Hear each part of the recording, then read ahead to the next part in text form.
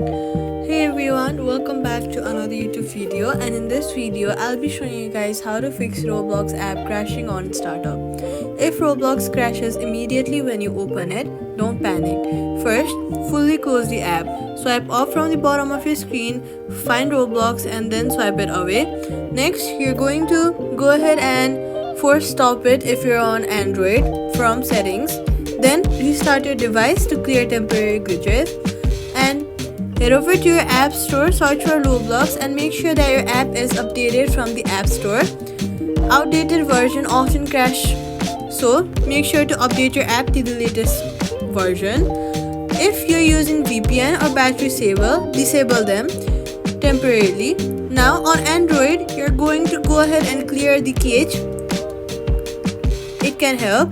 While iPhone users can offload and reinstall the app, go to settings, search for general, and then go to iPhone storage. Scroll down, find Roblox and then click offload app. This will free up storage used by the app, but it keeps documents and data. Reinstalling the app will place back the data if the app is still available for download. Next, reinstall your app.